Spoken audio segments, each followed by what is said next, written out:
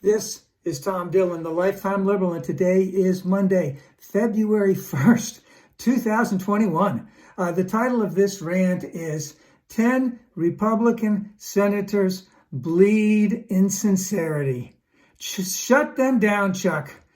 So these 10 Republican senators who want to do bipartisanship, who want to do, what's the other term, unity, have come up with a grand plan that they want to offer about 1/3 of what the Democrats are offering in terms of another stimulus bill. Democrats are offering $1.9 trillion, and they're coming back with a lowly $600,000. But, let's remember, I really think it should be the HEROES Act that should get redone, but it's $1.9 trillion.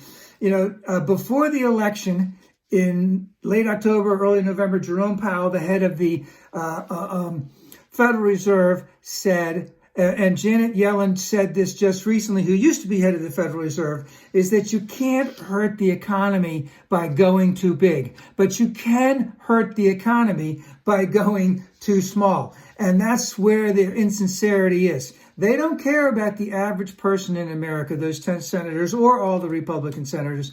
They just care about the rich ones and to continue to provide from them. Now, we just learned the other day that the GDP, I think it was, contracted $3.5 trillion in 2020. And of course, what does this mean? It means that we need to do something big. The pandemic is not over, and we really can't jumpstart the economy until it is over, and we need to have relief in the meantime. But again, all we're getting from the Republicans is just crumbs. This is also telling me one other thing.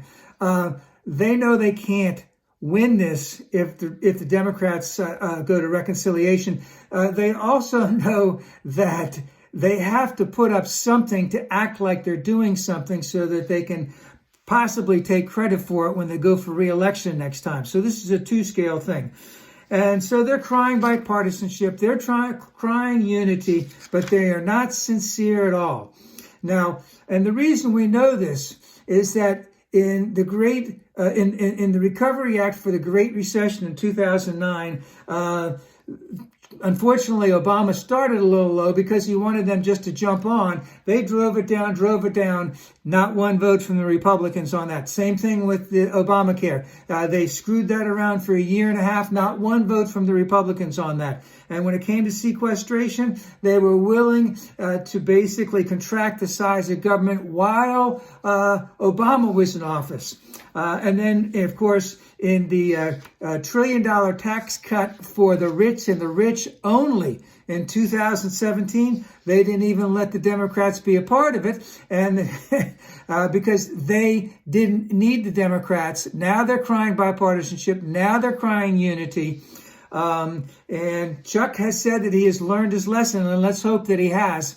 And I really would wish the mainstream MSN, the mainstream media, would basically get out of this both-siderism stings on this. We need relief. We need relief big time. We need to feed people. We need to keep people in their homes, in their apartments, etc., so that when the recovery comes at the end of the pandemic, we will be ready for a thing. And this is the time for every single Democrat to step up, because I said before, sometimes you've got to give it up for the team. So if it's Joe Manchin or someone else, it may not look good today if you vote for this. But as time goes on, when that money goes into the economy and the pandemic ends, every economist, even the conservative ones, are saying that when that happens, we will have a boom in late 2021, possibly early 2022. And this can't do anything but help the Democrats in the 2022 election. So it's time to give one up for the country.